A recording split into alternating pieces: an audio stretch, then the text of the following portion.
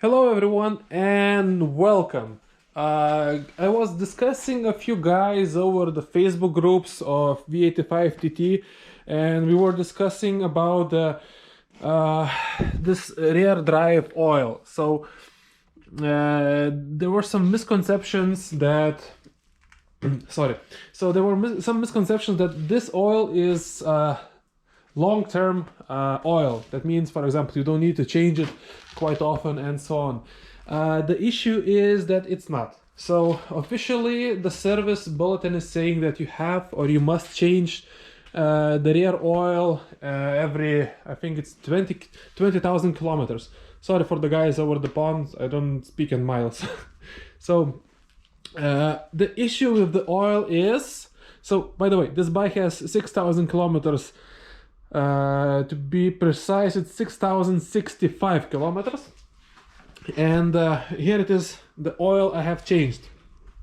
As you can see, it's completely dark, but there are few key points about the darkness in it.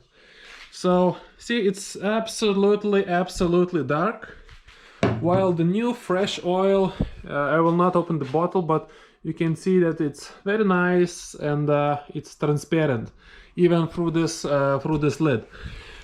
So 2 points in here. One point is that even though Moto Guzzi does not state otherwise, but they are still using molybdenum additive from the old times. So if you have any hardcore Moto Guzzi owners or some older guys who have Moto Guzzis for like 10, 20, 30 years, they all know that in your rear drive you must use the oil with molybdenum additive. The issue is that basically current user manuals or current informations over the internet do not state that molybdenum is needed. I will not go into details if we need molybdenum or we don't, so it's up to you and up to Moto Guzzi. For my side, I only use synthetic racing oil, so I'm using what is the best available in Europe. So we have Ravenol, so it's probably something in the line with what you have over the pond as red line oil, I'm guessing, some royal purple, something like that. So it's the best synthetic oil. It's completely group 5 based, but again, this is not advertisement for the oil. I'm just using it, I'm just stating what I'm using. So the whole procedure is very easy. You don't exactly need, the manual does not state you need the molybdenum additive, so you can just use this one. And I would not use the oil for the supposed of 20,000 kilometer limit. I would change it every spring or every autumn or whenever it is possible, or just before some long, super long drives, or some, I don't know, if you're traveling, so before the travel. The issue with it is not exactly that it's black. As you can see, it's black due to the Moly additive. But the other important stuff is that we have a magnet over there. So there's a magnet over this bolt. Where is the bolt? So this bolt has a magnet on it. So when I was changing the oil, the magnet was full of some metal scraps. So that means that dealers do not change the oil in gearbox or in the rear unit with your initial service, but I would highly recommend you change the oil. Gearbox is a bit tricky because if you would like to change that one, sorry, the bike is in the winter storage, so if you would like to change that one, the out bolt is here. If you see it, it's here, so it's quite tricky to get everything out without messing or without draining everything on the catalyst. So it's a bit tricky, but if you have a decat, so it's easy. Anyway, back to this one.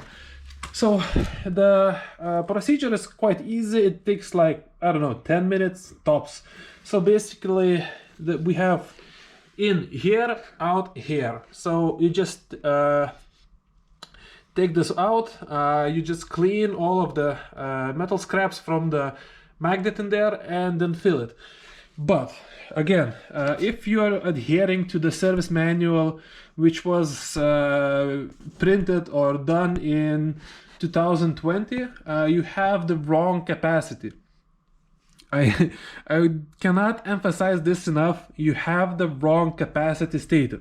So the whole unit has 180 cc's of capacity. The issue is that it's the dry capacity. I mean, it's the capacity when you fill it from dry. If you are changing the fluid, the total capacity which is coming out of here is 160 cc's. So if you overflow it to 180, you will have a lot of problems with oil leaking everywhere. So believe me, it is super important. So for this reason alone, I'm using this syringe. I know it looks bad, but you know, it's we use what we have. So basically it's quite easy. Just measure exactly 160 milliliters and then you just put it there. If you're how to say, okay, if you're not comfortable with having syringes, then we can use different stuff. So basically this okay, this is my used one, so we can just measure how much we poured out and then pour in exactly the same amount. So it's quite easy.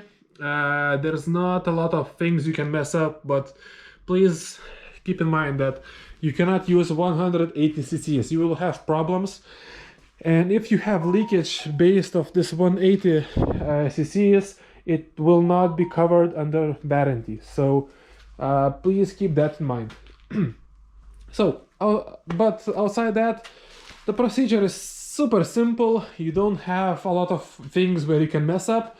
You can change it, I don't know, even every 1000 kilometers if you are super anal about your bike, or basically keeping it like new condition.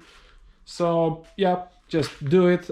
Please, for the love of your bike, don't wait for 20,000 kilometer mark. Just do it sooner, because believe me, even though this black is from the molybdenum, it's full of metal shavings. So those metal shavings or metal scraps were also present on the magnet in there.